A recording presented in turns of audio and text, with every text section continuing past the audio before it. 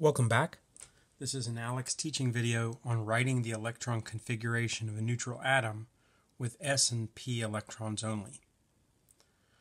So, electron configuration is an address.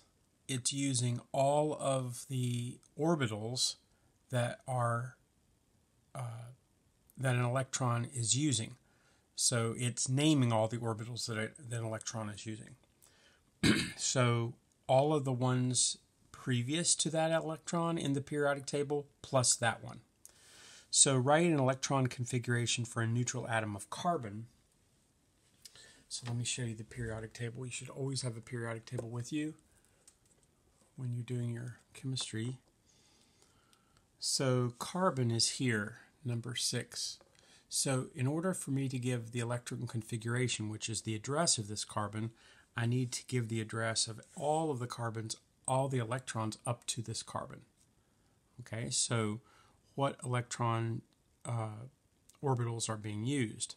So really the subshells, as soon as the subshells are full, then you can tell that those orbitals have been used. So this is the first row or period.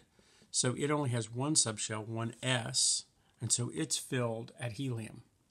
Then the next one would be the second subshell is in the second period. So this is 2s, and it's filled with beryllium. So 1s2 is full with helium, 2s2 with beryllium. And then, what am I doing? Carbon? Carbon is not, the subshell is not filled, but only up to the second p of 6. There's 6 p's, and the second p is filled. Okay? So if I'm going to give the address, I need to start with the first row.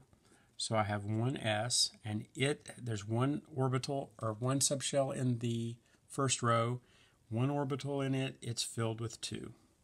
Okay, one orbital. Now I have to go to the second period. So I go to 2, the first subshell we encounter is s, it's filled with 2. Okay, that's as far as beryllium.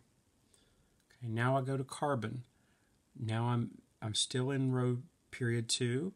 I'm in the second subshell, which is P, and there's 6 total in P, but I don't get that far because carbon ends with 2. So carbon is 1s2, 2s2, 2p2.